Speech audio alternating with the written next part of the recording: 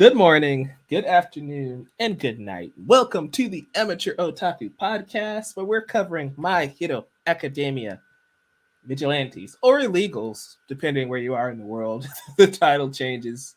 I am your host, Michael Thomas. Joining me, as always, is my co-host, great friend, the confused eraser head himself, Isak Wolff. Isak, it's been a couple months since we've covered My Yeah, Hero Vigilantes.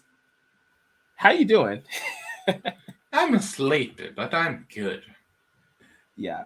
So, guys, if you don't know, if you're new here, we have been reading our way through My Hero Academia's spin-off manga, My Hero Vigilantes, and today we are covering chapters 10 and 11.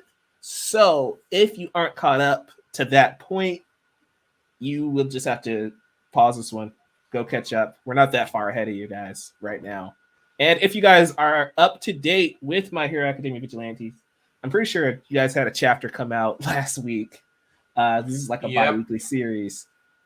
Awesome. Don't spoil it. We'll see you in the future. We're just having fun while we make our way through this show and hopefully get more people turned on to this awesome spin-off manga, which I feel like has the ability to be on par with the mainline series personally.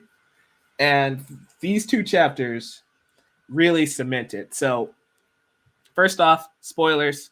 If you haven't read My Hero Academia again, you guys can step away. We aren't spoiling the My Hero Academia manga, though, if you aren't caught up on the My Hero manga. So you're safe. But just to recap where we were, because it has been 2 months since we've been here, we left off with chapter 9, which was titled Judgment. In that chapter, the Crawler and Pop Step are out like fighting villains that were set up in the chapters before that. We see like our new B villain lurking in the background, pulling the strings, and then we get like this Deathstroke like character, right? His name is Stenhall, and he saves Koichi and Pop's butts in that chapter. And then we run into this like bully that we met in chapter 1, and we learn that Stenhall is killing targets. He's basically a hired assassin at this point, killing off villains as an assassin, which is something that you don't really see in My Hero Academia's universe so far. So I think that's really interesting that they have this Deathstroke-like character who is acting like Deathstroke. So that brings us to chapter 10 or episode 10, He Who Judges. And in this one, we get a little more backstory with Stenhall. We get some more backstory on the villain that we've been fighting all this time. His name escapes me. I apologize. Probably should have written that down. But we know that they're using Trigger, right? We know that this new character that we were introduced to recently, she's pushing Trigger. And like her bees carry Trigger. Is that what's happening, Isak, with her quirk? Is she like Yeah. they're making Trigger? And yeah, they're distributing Trigger that way. So I like how this series is taking the time to like humanize some of these street level characters, like the thug from chapter 1. We give him a backstory, right, in this episode. And we kind of see what his life was like, which led him down this darker path. And he's not completely an asshole, right? He's redeemable. He's not a complete villain who deserves to die. And that's what the major conflict is of this chapter, is that Stenhall is going to kill this guy because he's a lowly villain who needs to die. And Koichi is like, we don't do that here. We don't kill petty thugs. And that becomes a conflict. And Isak, I want to know what your thoughts were when this moment happened. Like, he starts fighting Koichi and he stabs him with his sword, and then he licks the sword. And Koichi freezes in place. And it's not revealed yet. We don't know what's happening there yet. What were your thoughts when Blood Curdle happened? I feel it's kind of obvious on who is, all things considered. I mean, people have the same quirk. Doesn't mean that they're the same person. Dobby, Endeavor. Fair.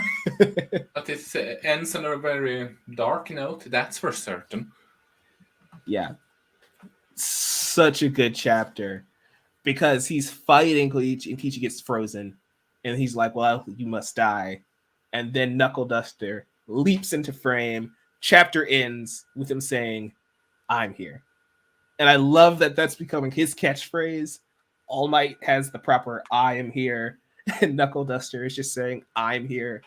I love the parallel between the characters in this series and the mainline series where they're similar, but they're still drastically different. And I like how Vigilantes is carving out its own space in that world of this is what street level heroes look like compared to the big guns that we know of in the main series. So I really enjoyed the confrontation we had between Stain and Knuckle Duster because it's revealed, yeah, this is the hero killer, or will become the hero killer known as Stain. And knowing that he's like getting the Stain backstory in this chapter is not what I expected to happen whatsoever. You know, like that's what I loved about Vigilantes, that they will spring something on you that you don't expect. Like we didn't expect to meet Ingenium, we didn't expect to meet Stain, but they take these characters, these smaller characters from My Hero Academia, and it's like, no, we're still in that world, we're still in that space, we still exist in that time period, not too far off from the main one. So we can pull from that and then make it our own. Stain is a completely different character in this chapter than he is in My Hero Academia proper because he's fully developed at that point. And I don't know. I know I'm rambling. Did you have anything you wanted to add? It's stuff like this that makes me a bit disappointed that this doesn't have an anime adaptation because, like you said, it fleshed out the world of My Hero Academia. And stuff like this could get some extra punish to the anime, considering, well, no spoilers here about the manga, but you know what I mean. Mm-hmm. And it's stuff like nuggets here and there that would be great in expanding the lore, so to speak. I'm not going to get people's hopes up, so take this with a huge grain of salt. But I have heard things that suggest that an anime might be coming for Vigilantes. So again, not a confirmation. This is not a scoop by any stretch of the imagination, but yeah. You need to tell me more about that later.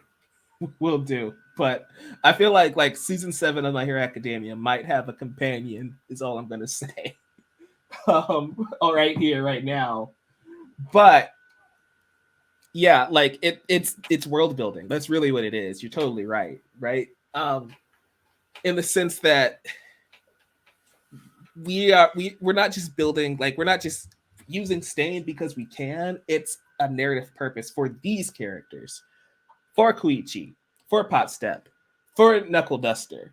It's setting up like, yeah, like there's this guy who, after his interaction with you, took on this crazy crusade of becoming the hero killer. What type of weight does that put on these characters, right? Knowing that Stain went on to kill innocent people almost pretty much from this one interaction alone. Like he discovered that he was weak, he needed to get stronger, he needed to get better, and now he realizes he lacked conviction, he lacked motivation, which is the very thing he calls out when he meets Tomura Shigaraki, who also was weak and lacked conviction. And if you're caught up on the My Hero Academia anime, you realize that Shigaraki is now coming into his own in that story. And so it's all working together. It has perfect synergy with each other, that this is building out that world. It's building up the world of My Hero Academia that can live after Deku or apart from Deku. Making, I like our trio here, our main characters. I love them already. We've only spent 11 chapters with them so far. You probably a little more than me because you had some bonus chapters you got to read. But one bonus chapter, but yeah. So I'm really digging this series, and I like that. I like its low-key nature. And again, I know it's going to amp up as we go on, but I like being street level and seeing a different perspective and seeing their impact on this world. Go ahead. My biggest sure, we will going into the manga and the My Hero Academia manga without no spoilers, but also the Vigilantes manga. I do wonder how they will, if they will intervene with each other, as in the current events, for in some fashion. That's one thing that I am scared to see, because like we like watching or reading My Hero Academia, knowing that Vigilantes, like we're behind in Vigilantes, so far behind right now, as we're progressing through it. Like we're over 100 chapters behind, I think, which is why we're doing multiple a week, trying to like speed run a little bit. But like, imagine Koichi shows up, and he's a completely different character, and he has to help Death with the mission. That's the thing that'd be awesome, but that also scares me to death that we get a spoiler very soon in My Hero Academia. I mean, if they go so far to give a backstory to Stain in this spin-off, I do wonder if it is just going to be if it really is meant to be just a one and done, or however you want to call it. You get what I mean? Mm-hmm. Yeah, is it like Agents of S.H.I.E.L.D., where it just lives off on its own, never to cross over? So that's my biggest thing, because if it wasn't meant to, if it isn't meant to cross over at some point, why not, in lack of a better term, create its own villains, so to speak? That's the thing. They are creating their own villains. Like we have this B girl, right? She's the villain so far that we're following, and she clearly is working for somebody bigger. Yeah, I'm just saying that Stain could be someone completely else if they don't have the plan to connect it at the end of it, because that not that many people, even though it is popular enough to get 100+ chapter. Don't get me wrong. It's clearly not as many people that read the spin-offs compared to the OG, so to speak. Yeah, totally. Yeah, like I feel like it has to lead somewhere. I feel like this story is being told in the past, and not spoiling anything in the My Hero Academia manga, but they clearly have a connection to one Eraserhead. And if Shota Aizawa needs a favor, I feel like, especially again, this is in the past, we don't know how their relationship with him is going to look going forward. I'm sure if he needs extra manpower, like they're low on heroes and they need some extra hands, he's probably like, I know a guy. I know 3. And so that could be how you bring them into the main series. Like with My Hero Academia proper being in its final act, right? The final war or whatever is supposed to be happening in that series is about to go down. I feel like that would be a real easy cameo to pull over. Yeah, I agreed. So I feel like that's gonna happen eventually. But staying in Vigilantes itself, I really loved He Who Judges, and then Mask is when we unmask Steadhall, which is revealed to be Hero Killer Stain, and it's just fantastic to me. The reveal, like you said, once he licks the sword, you know who it is, but they still make you doubt just for a second that, wait, is that really Stain? Because the way he's talking and acting isn't like Stain at all. He's talking in normal speech bubbles and blah blah blah. But then as the fight progresses, you see the text. The text is being written. It's getting more jagged. It's getting more rough and coarse. And it's changing into Stain's font, essentially, right? His thought bubble, his speak bubble font, it's changing to what it looks like in the My Hero Academia manga.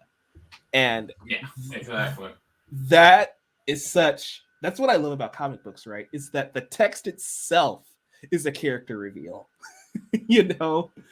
And the anime could do that too. Like one of my favorite parts about the My Hero Academia dub from this last season is that when Shigaraki is fighting Redestro, his voice changes. And you can kind of tell his voice changed in the sub, but for my English speaking ears, it was way more prominent in the dub. And it's like Shigaraki, he doesn't have that raspy voice. He's speaking clear, distinct, because he's been liberated. He's free, right? He's coming to his own. And so you can convey that same idea if they adapted this in an anime with Stain's voice having like a change. But I just loved how noticing the different text that they're using, you see that reveal kind of come to light.